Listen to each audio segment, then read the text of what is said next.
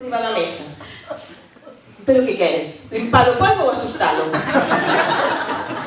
É unha mesa, é que non é unha excavación arqueolóxica. É que igual que se cometeras un delito, estiveran aí buscando as pegadas digitais. Cando do que se trata é de limpar a escena do crimen. É que non se trata de pasar por aquí, é que tens que entrar aí. Ou non? Pa outras cousas ben que entras. Po que che interesa. Bueno, eu estaba moi mal, eu estaba fatal. Estaba, porque agora estou ben.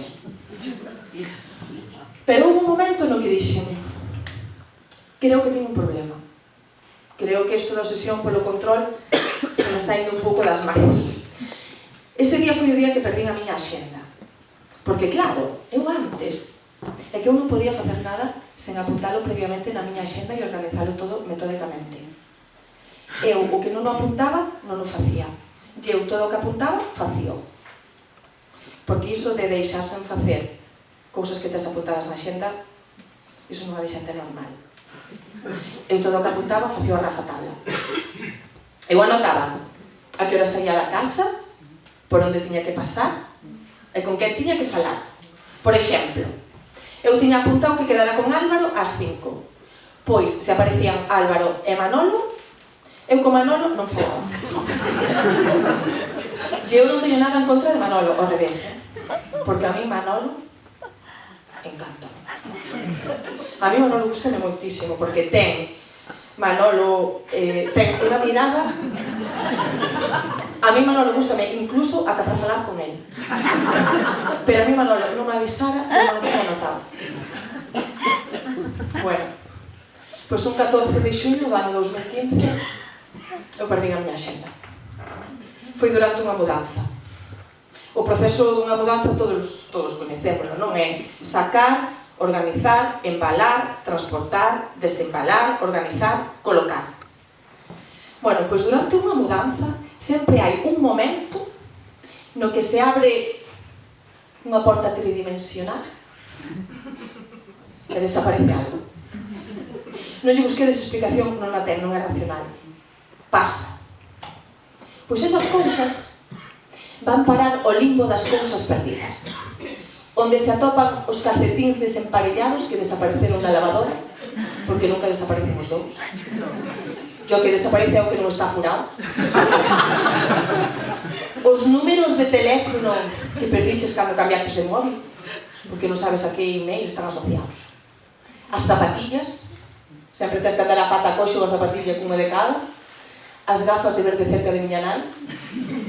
Peines, auriculares. Pois claro, por medo que desaparecen cousas, iso é o que xenera o síndrome de Dióxenes, que non ten sentido ningún. O de o que garda sempre ten. Pero o carallo é saber por que carallo gardas. Porque, por exemplo, ti gardas chaves que non sabes que abren. Pero ti vives coa esperanza de que en algún momento algo abrirán. Pero, que tes na cabeza? Que pensas? Que o día de mañá vai chamar a porta, abres e vai ser Amancio Ortega, que ven e che dice: mira, perdona, teño un problema, perdín a chave da miña caixa forte, non terás por aí tú unha que me podas deixar? Mira, se a tes, o que hai dentro, pois a metade é para ti. Que vives nos mundos de Yupi? Pensas que che vai pasar eso realmente? Gardas folletos de Telepizza, de ofertas de clínicas dentais, dos puntos estes do Eroski, que che dan 2 euros de desconto se compras 3 paquetes de servilletas. Eso sí, o que non gardas son tarxetas dos cerraxeiros, porque non os vas chamar nunca. Porque claro, xa tes chaves da mundo. Algún abrirá.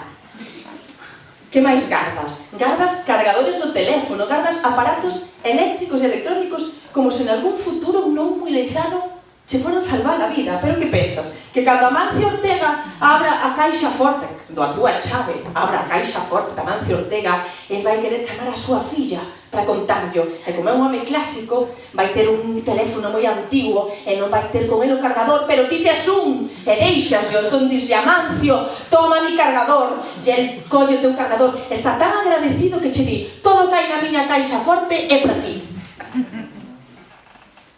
Eso é viver nos mundos de Yupi, porque eso non vai pasar. E gardas caixóns cheos de mecheros que non funcionan, de bolígrafos que non escriben, de medicamentos caducados, dos botóns estos que veñen de reposto nas chaquetas. Non, bolsas enteiras, bolsas, cantidades industriais de bolsas, cousas que non vas a utilizar na túa vida. Bueno, pois todas esas cousas que aparecen así de repente nese momento, aparecen durante unha mudanza.